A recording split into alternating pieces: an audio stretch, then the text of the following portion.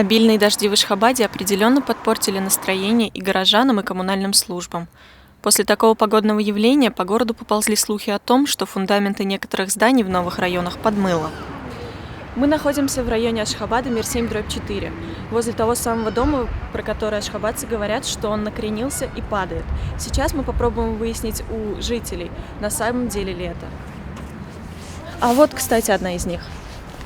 Извините, здравствуйте, мы с Ориента. Скажите, пожалуйста, это про ваш дом говорят, что его затопило во время дождей?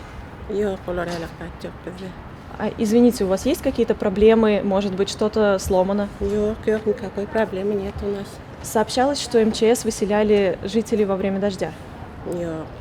Просто яғыш үйшілірақ келді, аңырдан ечкітті. Бар жолдан аңырдан нұрақ кешті, үйкі шықтат боланы. Зайы тенратчо. Спасибо большое. Как видите, пока никто ни о каких проблемах нам не говорит. Но, может быть, мы узнаем об этом от другого жителя этого района. Вот навстречу нам как раз идет женщина.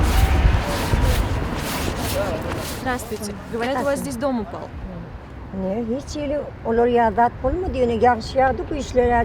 А вот говорят, что затопило подвалы, что-то произошло.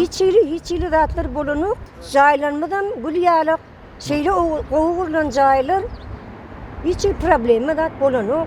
Yani ol gurunlar, kuş gurunlar bolaymasa. А вот у вас внуки есть? Есть. Вот они спокойно ходили в школу? Да. Не страшно было их отпускать? Yok, sadıkları da çağlar, mektepleri de çağlar. Hem de gül yar gittiler, geldiler. Ne oraya Мектеп, садик рядом. Извините, что вас отвлекли, спасибо большое. Ладно. Как видите, уже второй житель говорит нам, что катастрофы здесь не случилось. Может быть, мы узнаем что-то от кого-то еще.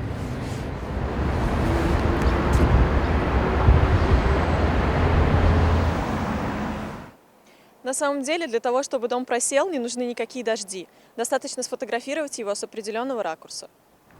По заверениям представителей городского хикимлика, МЧС и МВД, дом не находится в аварийном состоянии и ни о каком выселении жителей речи не идет.